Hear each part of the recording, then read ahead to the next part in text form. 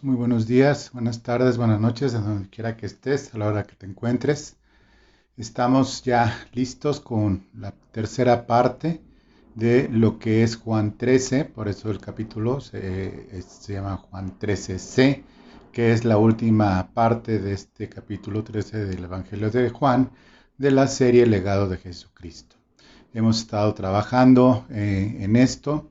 Estoy muy conmovido por muchas cosas que yo mismo he descubierto gracias a esta minería que el Señor puso en mi corazón hacer y que de verdad yo doy el testimonio de que funciona, porque cuando pensamos que ya habíamos leído algo y que ya estaba algo revelado, siempre va a haber más y más y más y cada vez más en la palabra del Señor, que nos enriquece, que nos bendice, que nos da vida y que nos da paz. Bueno, comenzando entonces con esta tercera parte, te recuerdo que el tema central de esta serie, El legado de Jesucristo, es documentar, enseñar y explicarla con claridad el legado de Jesucristo, el Hijo de Dios, en su ministerio terrenal, entregado a los discípulos en un periodo aproximado entre 4 y 5 horas, contenido en todo lo que es el Evangelio de San Juan del capítulo 13 al 17,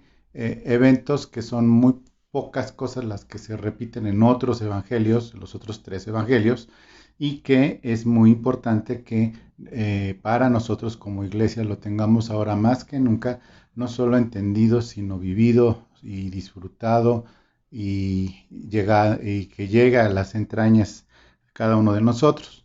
También este objetivo es hacer pues referencias cruzadas con otros capítulos para el cumplimiento, es decir, para la revisión, perdón. Es decir, la Biblia se explica con la Biblia y por eso es que muy pocas veces hago referencia a otro material diferente a la Biblia para hacer la mención o la explicación de lo que estoy enseñando.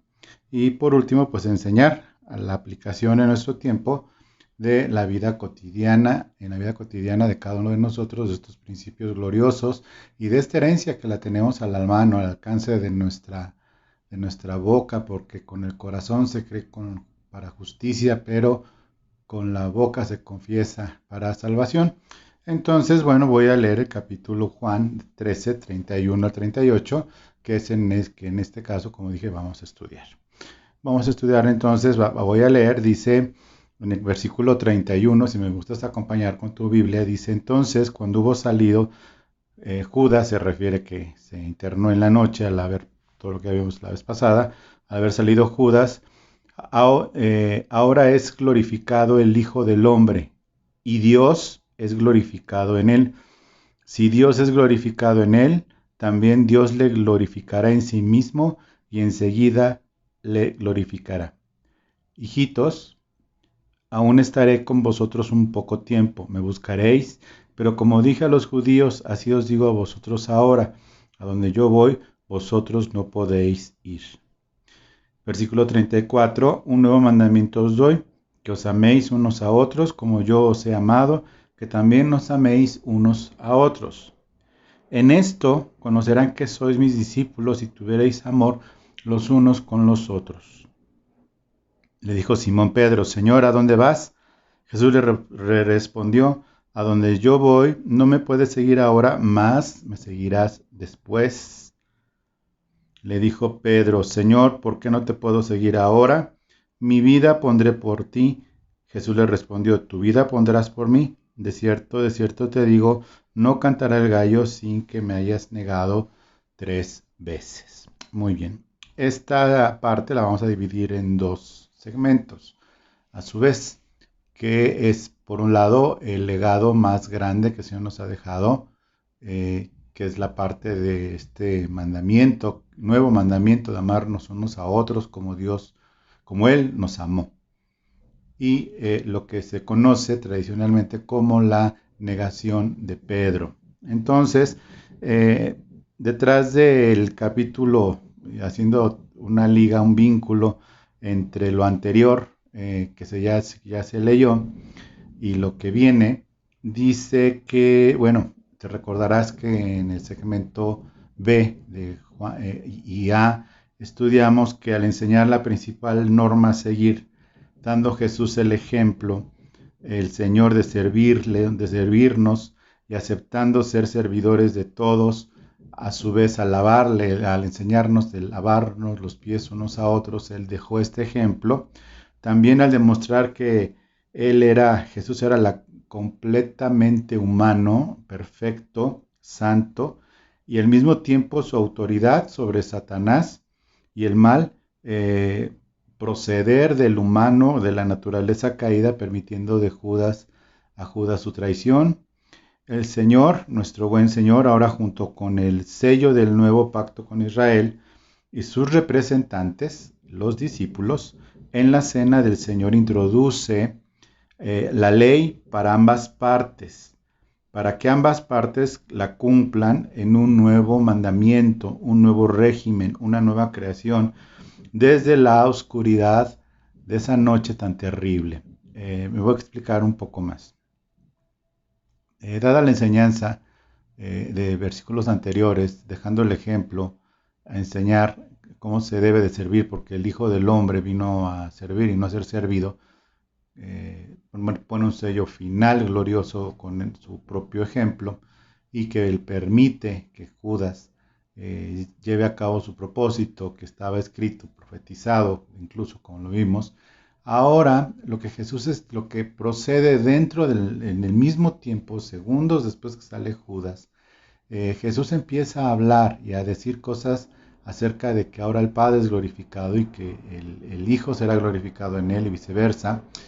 También hace algo que nosotros debemos de ligarlo con el contexto. Recordemos, está lo que se conoce la cena del Señor.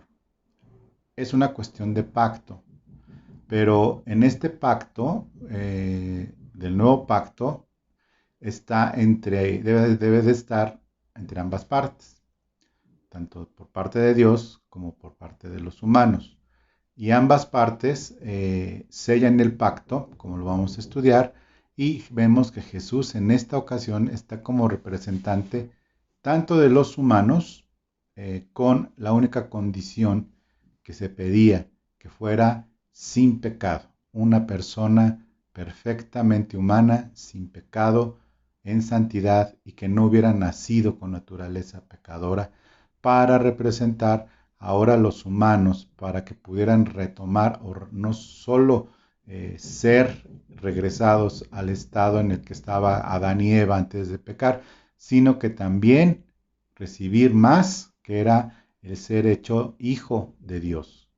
Está Jesús en ambas partes, representando ambas partes, y se corta el pacto. Entonces, bajo esta premisa es que podemos leer que en este contexto vemos que Jesús, al ser representante, siempre hemos visto que los pactos que se sellan, por un lado, sobre todo los pactos de sangre, se sellaban. Ahora hay contratos mercantiles, contratos laborales, etcétera. Pero antes lo más sagrado era un pacto de sangre en donde se comprometían las diferentes partes en cumplir ciertas promesas, defenderse y repartir lo suyo con los demás y los demás hacer lo mismo. ¿Sí? Es decir, era un pacto en donde todo uno podía morir por los demás, y sin ningún problema, con tal de respetar esas normas, esa regla, esa ley que se había establecido. Es decir, a todo pacto requieren una ley, obligaciones y derechos de ambas partes o de las partes, en donde se obligan a cumplirlas, y se cerraban al cortar el pacto con la sangre mezclada de los representantes, dignos representantes de las partes. Al cortar el pacto por ambas partes, con sus representantes, Jesús de Nazaret, como ya expliqué, por parte de la humanidad y por parte de Dios. Es decir, Jesús de Nazaret como hijo de hombre, de parte de la humanidad perdida. que era el único digno para poderlo hacer, y por parte de Dios estaba Cristo, el Mesías y Salvador, que es el Hijo de Dios, es decir, el Hijo del Hombre y el Hijo de Dios en una sola persona, con voluntad propia y con su deseo de hacerlo.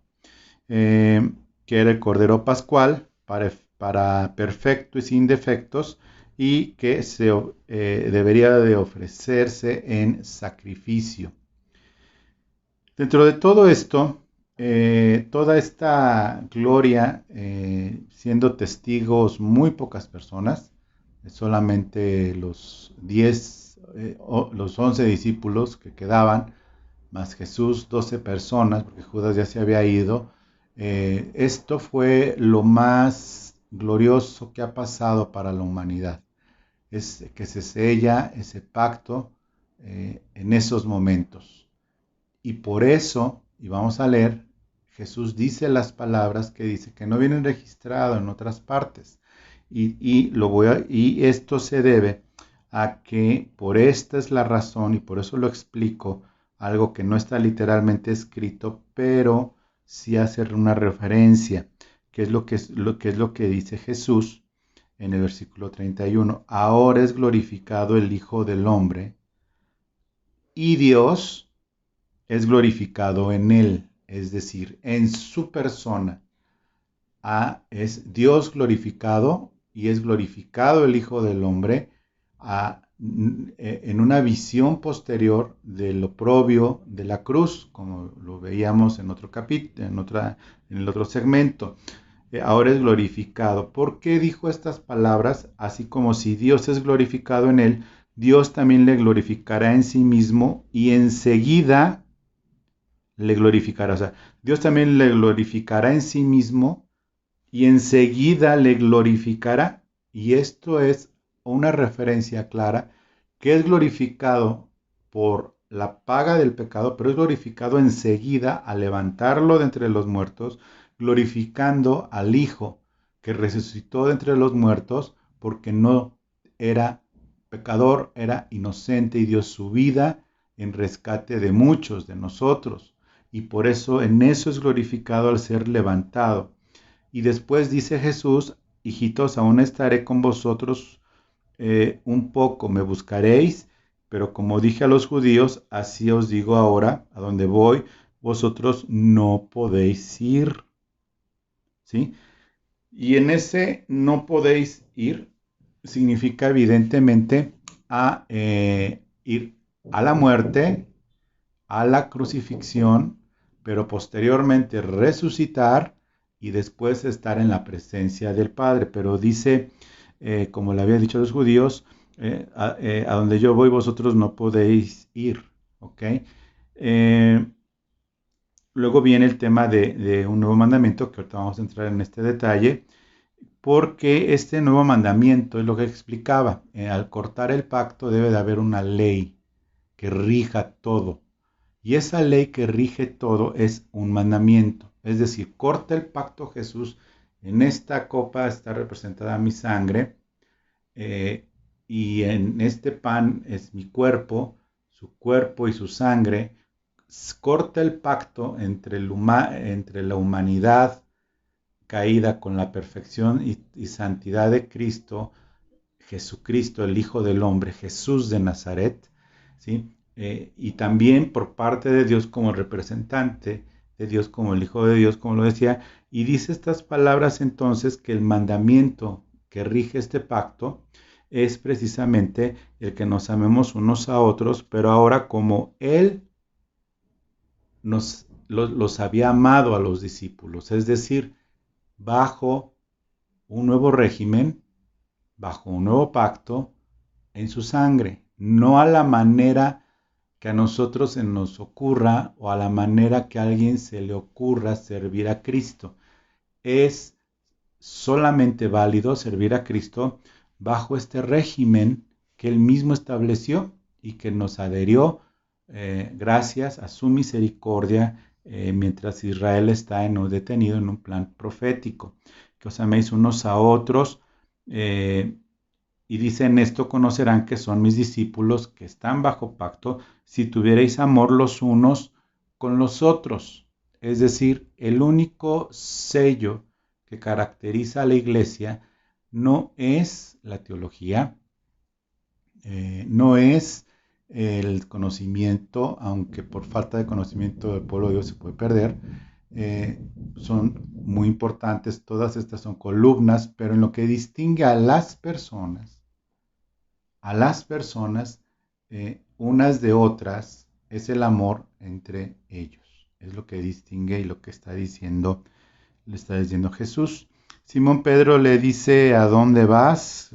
Jesús le responde, a donde yo voy, ¿sí? No me puedes seguir ahora, más me seguirás después. Y no se estaba refiriendo a que lo iba a seguir después, no se estaba refiriendo en este momento, cuando le dice a Pedro, no está hablando de la presencia del Padre con su sangre. Eso no lo ha hecho, ni lo hará, ni lo hizo nadie, solamente Cristo, el único. Estaba refiriendo a la cruz, dijo después, ¿no? De hecho, les preguntó a algunos otros, de la copa del sufrimiento que yo bebiere, ¿podéis beber? Y ellos dijeron, podemos. Y les dijo Jesús, al rato, después la van a beber. Igual le dijo a Pedro, sí, al rato me vas a seguir a donde yo voy, a la crucifixión, a negarte a ti mismo, a tomar tu cruz y a seguirme.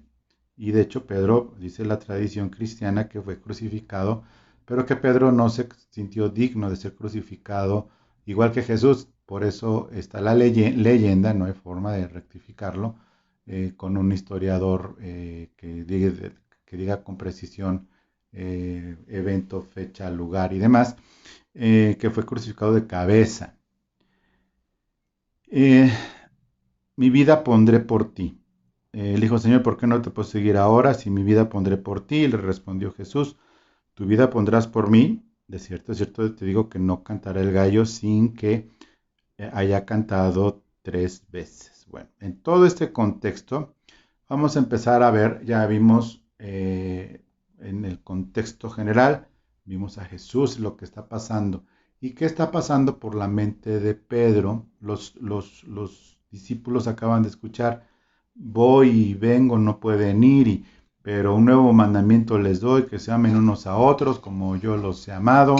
Pedro, con su incansable iniciativa, con su incansable liderazgo eh, autoimpuesto, y que Jesús lo contó entre los principales, pero Pedro se adelantaba muchas veces a cosas que nadie le había pedido que hiciera, pensando en que se amen unos a otros los discípulos, y luego que Judas se fue y todo lo que pasó y demás. Eh, eh, Pedro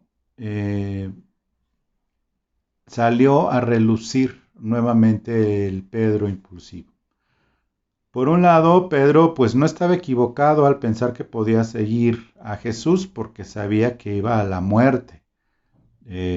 Claramente Jesús les dijo, y yo creo que ahí Juan le avisó a Pedro, le hizo señas, que le preguntara al maestro y el bocado de pan, y aunque no está el registro, como decía la vez pasada, yo creo que Juan sí le avisó a Pedro, pues este que se acaba de ir es. Pedro sí sabía, o sea, Pedro no estaba hablando, estaba hablando impulsivamente, pero Pedro no estaba equivocado. Él decía, yo te voy a seguir, o sea, incluso voy a dar mi vida por ti porque sé que vas a la muerte. Pero demostró lo mismo que la vez anterior, una ignorancia en la obra de Dios, poniendo los ojos en lo, pues, en lo que está pasando, en las circunstancias. En Mateo 16, 22 y 23, eh, te voy a leer algo que a mí me mueve mucho, la misericordia de Dios para con Pedro, la misericordia de Cristo para con Pedro y por lo tanto para con nosotros. Y el antecedente es este.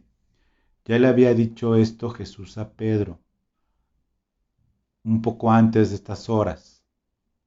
Pedro le dice, aunque me hayas dicho lo que me hayas dicho, que probablemente no lo entendí, pero me lo dijiste y no se me olvida, porque fue algo muy importante, yo te voy a seguir. Eh, en Mateo 16, 22, 23 dice, entonces Pedro, tomando la parte, eh, no, perdóname, en Lucas 22, 31 y 32, dice Lucas 22, 31, 32, dice, dijo también el Señor, Simón, Simón, he aquí Satanás os ha pedido para zarandearos como a trigo, pero yo he rogado por ti para que tu fe no falte, y una vez vuelto, confirma a tus hermanos. Una vez vuelto, confirma a tus hermanos. Es decir, Jesús le había advertido a Pedro, diciéndole, Pedro, Señor, yo te voy a acompañar, yo voy a ir contigo, mi vida voy a dar por ti. Pero Jesús en este capítulo de Lucas 22, 31, es muy importante. Lucas 22, 31 dice,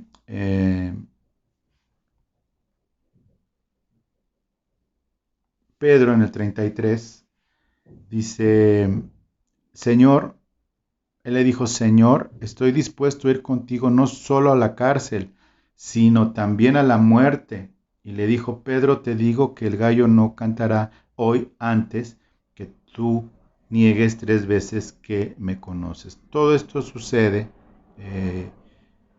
en Lucas 22, que como nos acordamos bien, es el momento, es la principal referencia de la cena del Señor en Lucas 22. Entonces, completando o tratando de armar el escenario completo, procura meterte en la escena conmigo, usa tu imaginación, usa tu corazón, que el Espíritu Santo te ayude a estar ahí cuando le dice Jesús, Pedro a Jesús, yo no, ahora donde no voy, no podrás ir. Pedro le dice, sí, sí puedo ir.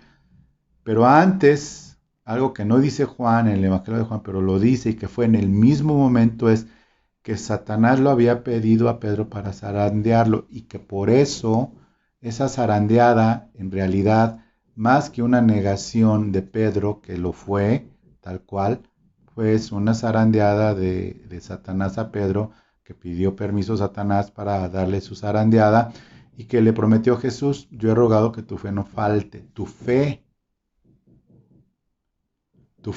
no falte siendo zarandeado.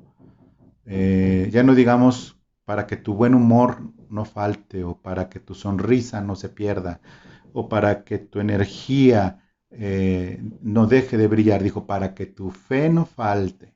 El riesgo es fe y Jesús se arriesgó con Pedro como se arriesga con cada uno de nosotros, los suyos, que nuestra fe no va a faltar, puesto que le profetizó Jesús que cuando volviera entonces, una vez vuelto, como dice en Lucas 32, que, pero yo he rogado por ti para que tu fe no falte y tú una vez vuelto, confirma a tus hermanos. Pedro, pues entonces demuestra exactamente el mismo comportamiento que quiso trató de intimidar a Jesús para que no viniera ese mal sobre él y no se lo permitiera. Y Jesús le dijo literalmente, apártate de mí, Satanás. Mismo Satanás que después le pidió a Pedro para zarandearlo. Ahora, quiero entonces, habiendo explicado el contexto, habiendo explicado los personajes involucrados en esto, tanto Jesús como Pedro y los otros 11, cada quien en lo que estaba pasando, quiero regresar al tema del pacto, porque es muy importante. Es el contexto. Juan no lo vuelve a describir porque ya estaba escrito en los otros evangelios. Sin embargo, Juan es inspirado por el Espíritu Santo para todo lo que está alrededor, que es igual de importante.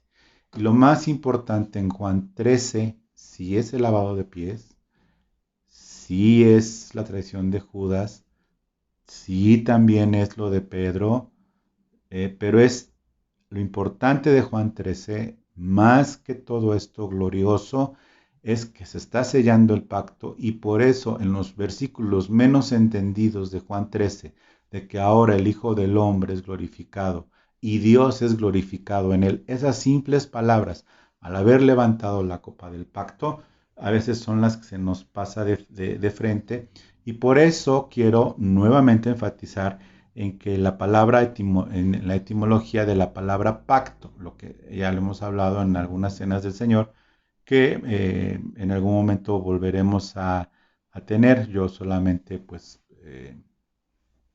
créanme que yo no dispongo de cuándo, sino cuando el Señor creo que lo está poniendo, preguntándole. Lo digo con humildad, no es cuando a mí se me ocurre. Eh, Tendremos una cena del Señor igual por esta vía. En su momento, bueno, la palabra pacto es la palabra diateque, que en griego significa otorgamiento de propiedad mediante un testamento en griego, un testamento. Sin embargo, en la traducción latina hace al término hebreo, que lo hace significar que está haciéndose literalmente un corte o una división según la costumbre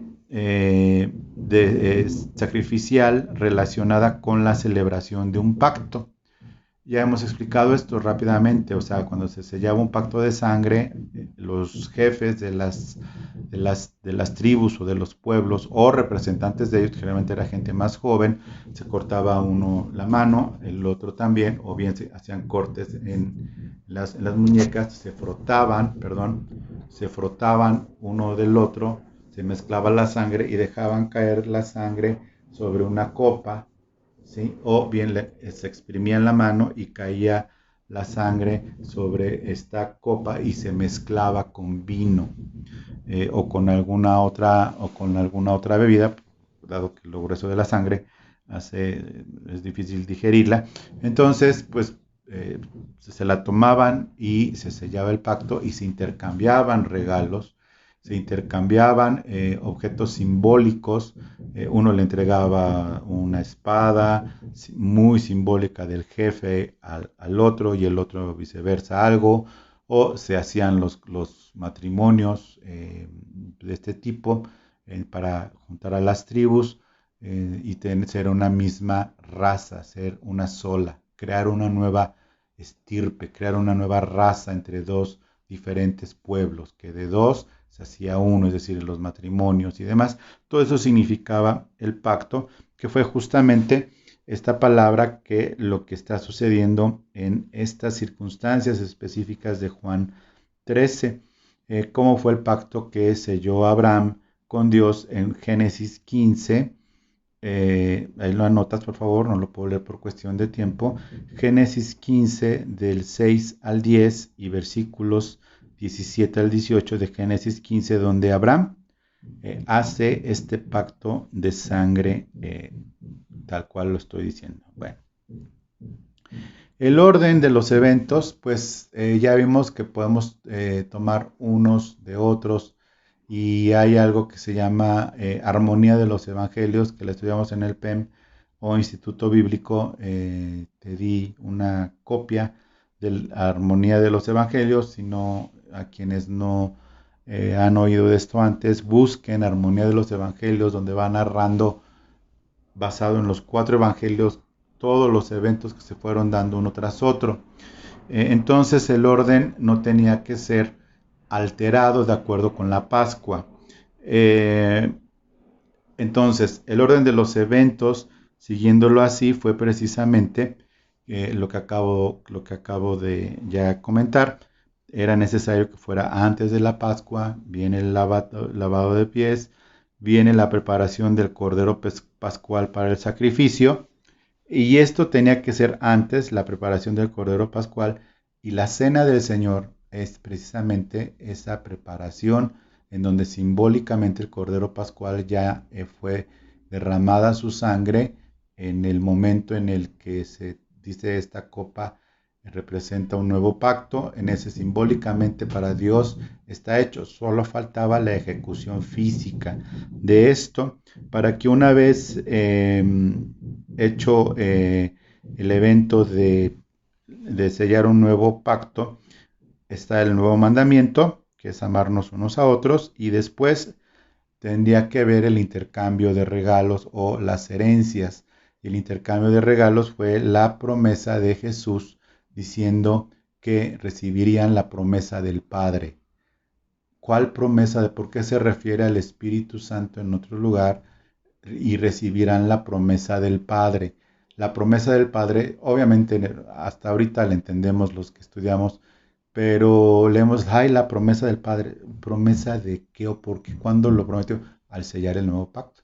Y es justamente lo que viene en el capítulo 14. Es decir, en el capítulo 13, ya no te voy a narrar los eventos otra vez, como fueron en el orden, pero sí es muy importante dar paso a lo siguiente, y que no se debe alterar el orden.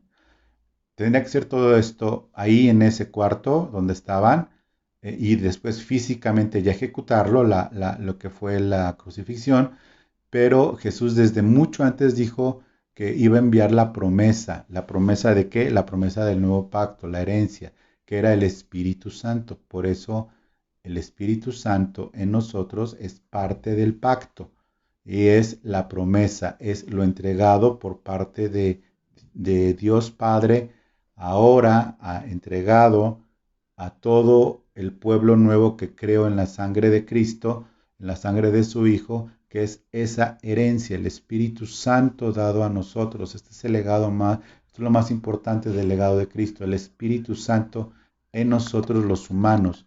Y esto nos lleva entonces a algo glorioso, entender que el Espíritu Santo está en el pacto. Por eso la idea es, pues, eh, vamos a llamarle indocumentada, de que el Espíritu Santo va y viene de una persona, o de que el Espíritu Santo está más en mí que en otro, o que el Espíritu Santo puede en un momento dado dejar a alguien como dejó a Sansón en el antiguo pacto, el Espíritu Santo por pecador, o que el Espíritu Santo obra más fuerte a través de unos que de otros.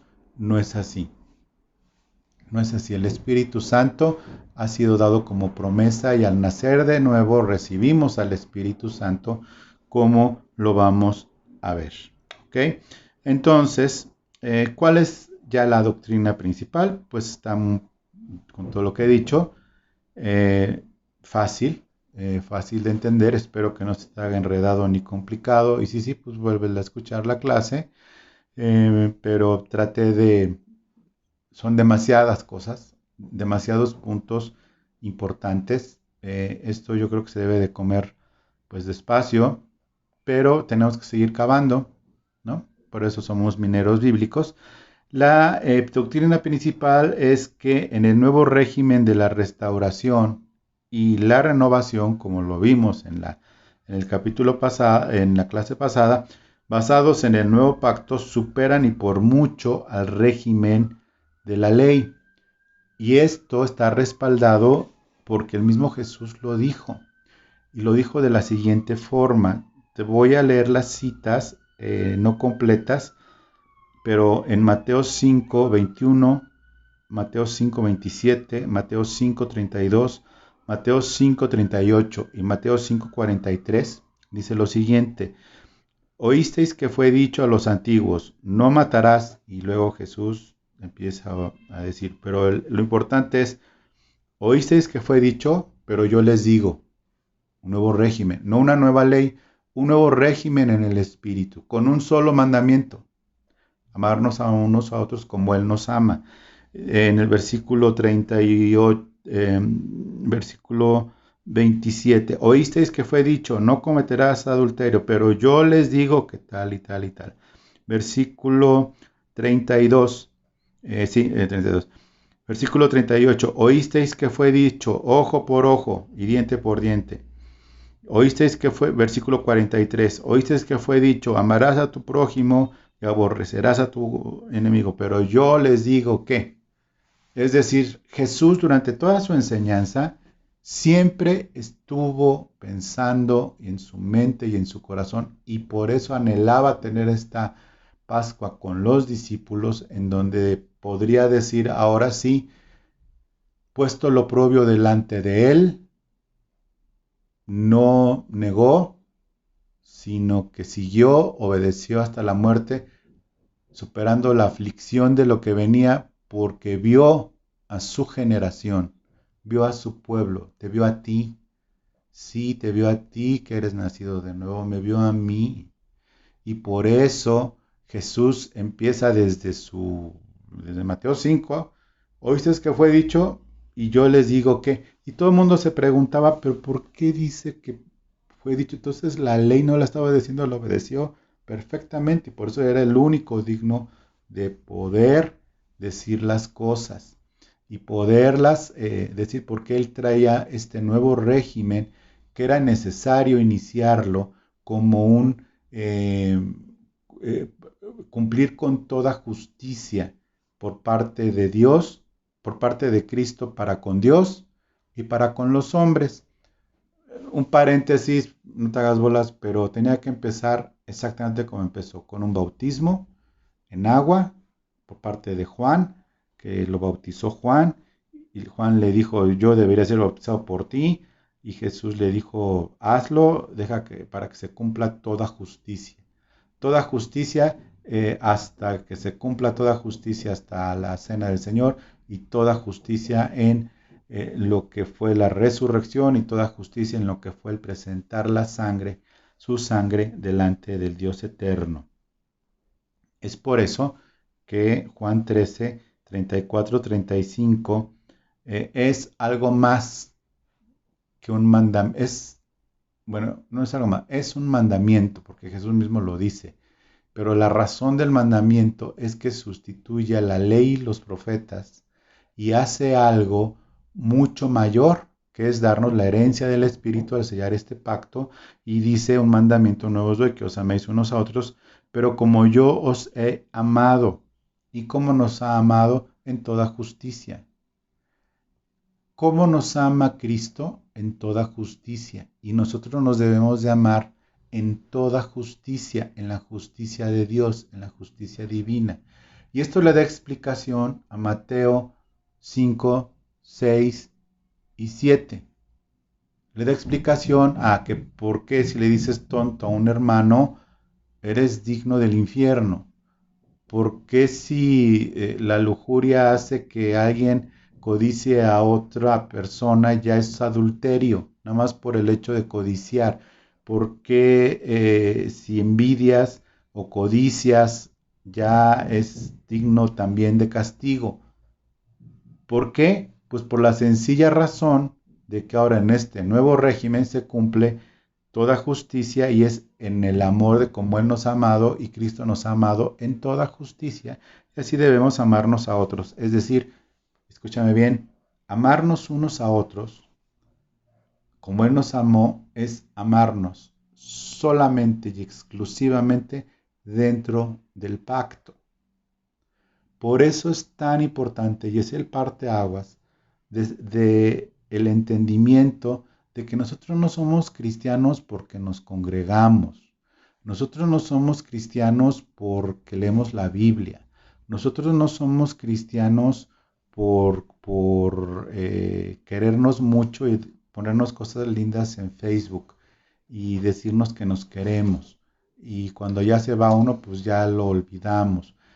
Nosotros somos cristianos porque estamos amándonos en justicia dentro del pacto de sangre, que se magnifica el mandamiento en Juan 13, a diferencia de otros evangelios que se magnifica en sí el evento de la copa, aquí se magnificó el mandamiento, amarnos unos a otros, y porque en eso conocerán que son mis discípulos. No en saber nada más Biblia, no nada, estoy diciendo no nada más, no nada más en saber Biblia, no solo saber congregarnos, no solo servirle. Y entonces, esto nos lleva a que conocerán que son mis discípulos. Entonces, también vemos que el hecho de ser discípulo no creyente. Y es aquí donde entra otra cosa muy importante de las lecciones de Juan 13, que es que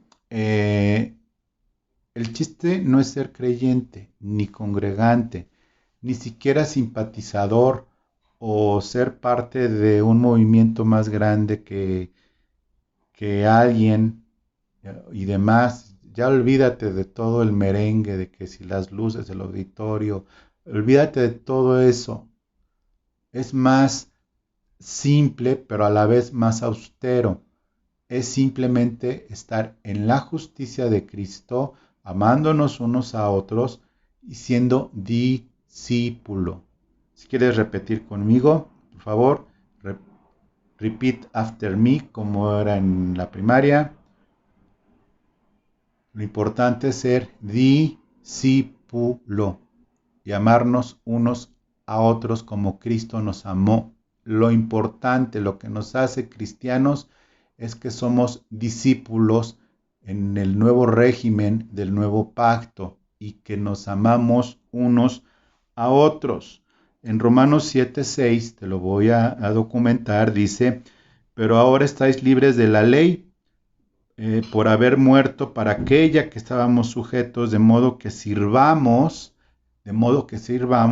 Romanos 7:6, de modo que sirvamos bajo el régimen nuevo del Espíritu y no bajo el régimen viejo de la letra. Si somos cristianos es para hacer algo en esta tierra, y si somos cristianos no es para sobrevivir a una pandemia. Si somos cristianos no es para pues que nos vaya medio mal. Si somos cristianos no es pues para cuidar a mis nietos, ¿no? Pues es para lo único que sirvo, a mis hijos, a mi hija, a mi hijo que está en el reclusorio, o sea, no, o a que está enfermo o enfermo, o sea, no, es para servirnos unos a otros, siendo discípulos bajo el régimen nuevo del Espíritu, ¿ok? Eh, la otra enseñanza, doctrina básica, después de lo que acabo de decir, es que cuando Pedro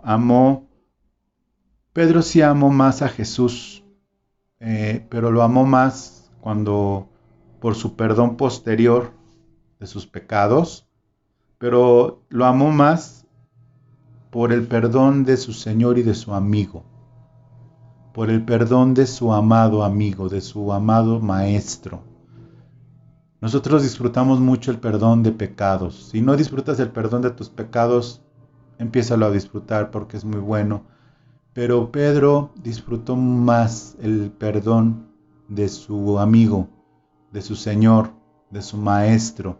Y yo disfruto más a veces este perdón de mi Maestro, de mi Señor y de mi amigo. Y yo tengo todo el deseo que aprendas aunque estés bajo disciplina o lo que sea que estés.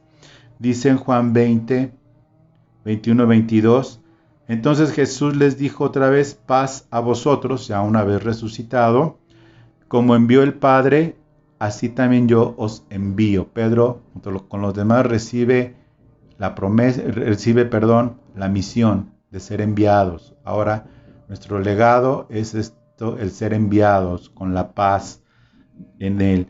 Y el versículo 22 dice, y habiendo dicho esto, sopló y les dijo, recibid el Espíritu Santo. En realidad aquí está diciendo, recibid el soplo de vida espiritual, que es el nuevo nacimiento. En ese momento todos nacieron de nuevo, fueron los primeros nacidos de nuevo. Es diferente al evento al que da referencia Lucas con Hechos 2 en la fiesta de Pentecostés. Entonces Pedro recibe esto y recibe el perdón de sus pecados. Los otros también, pero estamos hablando aquí Pedro porque solamente involucra a Pedro en Juan 13. Y después en el capítulo siguiente, en Juan 21, 15, 17, dice, cuando hubieron comido, nuevamente que se les apareció Jesús, Jesús dijo a Simón Pedro, Simón, hijo de Jonás, ¿me amas más que estos? Pedro ya no era impulsivo. Pedro entendió, fue restaurado, fue sanado. Judas se ahorcó, él no. ¿Me amas más que estos? Le respondió, sí, Señor, tú sabes que te amo. Él le dijo, apacienta mis corderos. Volvió a decirle por segunda vez, Simón, Simón, hijo de Jonás, ¿me amas? Él le respondió Pedro, sí, Señor, tú sabes que te amo. Le dijo, pastorea mis ovejas. Le dijo la tercera vez, Simón, hijo de Jonás, ¿me amas? Pero se entristeció porque de que le dijese por tercera vez, ¿me amas?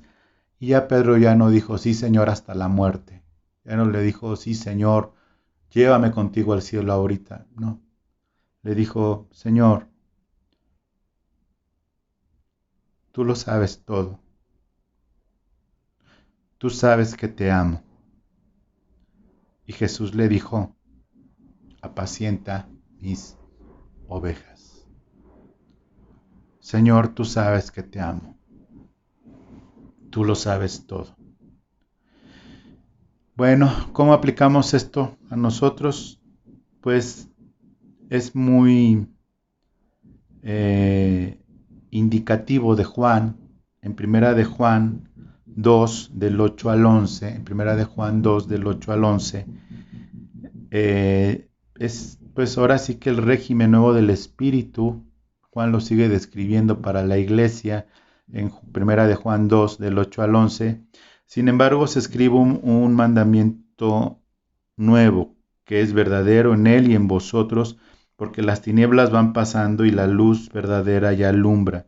El que dice que está en luz y aborrece a su hermano, está todavía en tinieblas. El que ama a su hermano permanece en luz y en él no hay tropiezo, pero el que aborrece a su hermano está en tinieblas. Y anda en tinieblas y no sabe a dónde va, porque las tinieblas le han cegado los ojos.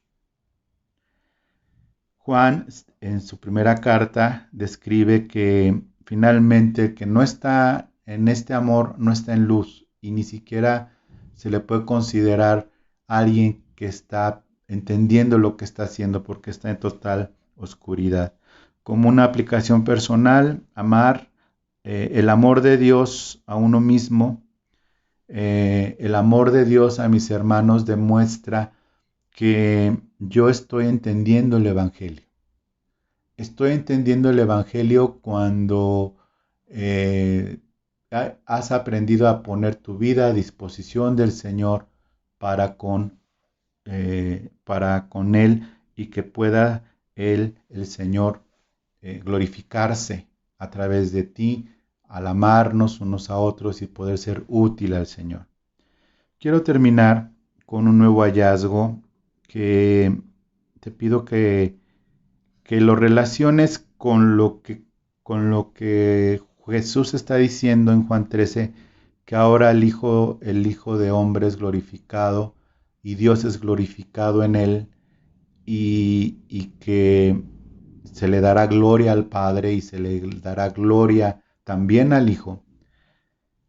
Te pido por favor que te imagines esta escena y que ahora me acompañes, porque para Dios no hay tiempo cronos. Lo que estuvo de repente en dándose y se está dando y se dará al mismo tiempo, algo difícil de explicar, que ahora te transportes conmigo en cómo es que el Hijo del Hombre es glorificado y Dios es glorificado en él. Y Dios el Padre es glorificado igual que el Hijo. Acompáñame a Apocalipsis 5, del 5 al 10. Y en esto se cumple. Dice Apocalipsis 5, del 5 a 10, dice, y uno de los ancianos me dijo, no llores. He aquí el león de la tribu de Judá, la raíz de David, ha vencido para abrir el libro y desatar sus 7 sellos. Y miré, y vi en medio del trono y de los 4 seres vivientes, y en medio de los ancianos, estaba en pie un cordero como inmolado, que tenía 7 cuernos y 7 ojos, los cuales son los 7 espíritus de Dios enviados por la tierra. Y vino y tomó el libro de la mano derecha del que estaba sentado en el trono. Dios Padre, Dios Hijo recibe de la mano derecha del que está sentado en el trono al único digno, a un cordero como inmolado. Lo recibe. Versículo 8. Y cuando hubo tomado el libro, los 4 seres vivientes y los 24 ancianos se postraron delante del cordero.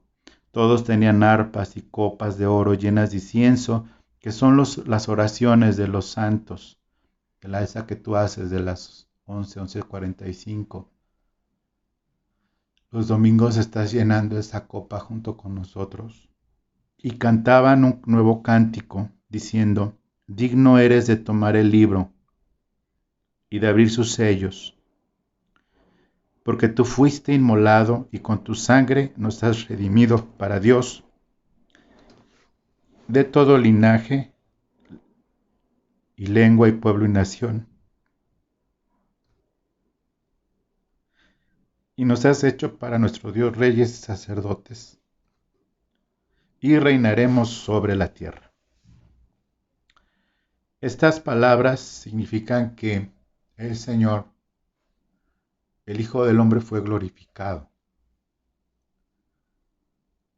Y Dios fue glorificado en él en ese momento. Y se da esta escena en Apocalipsis 5, confirmándose, dándose, y por eso lo que viene es justo que pase. Como se comentaba la pastora en la predicación anterior, que decía que lo que estaba pasando era justo que pasara. Como iglesia, ya casi termino, ya me pasé un poco, dice, como iglesia, pues que de rebaño en la tierra pasamos a ser la novia y después pasamos a ser la esposa y después de ser esto a ser un pueblo de reyes y sacerdotes para nuestro Dios. Debemos de desarrollar una conciencia de magnitudes espirituales de lo que realmente somos. Como conclusión, 2 conclusiones saco al final. Mi legado es un nuevo régimen en el espíritu y no en la carne, heredado para llevar su yugo, que es fácil y ligera su carga, y amarnos como Él nos ha amado. Esa es mi primer conclusión como legado. Como segunda conclusión y final, hemos recibido hoy el entendimiento de tanto en la traición de Judas como en la negación de Pedro, Jesús ejerció autoridad teniendo bajo control hasta dónde, cómo, cuándo y para qué. Judas para culpa y perdición, y Pedro para tristeza que lo llevó al arrepentimiento, que hizo nacer en Pedro un amor por su Señor y un servicio fiel hasta la muerte y con un amor inalterable. Te doy gracias por tu atención, me despido y nos vemos próximamente, si Dios nos presta vida, en Juan 14a, que es el Espíritu Santo. Dios te bendiga y gracias por tu atención.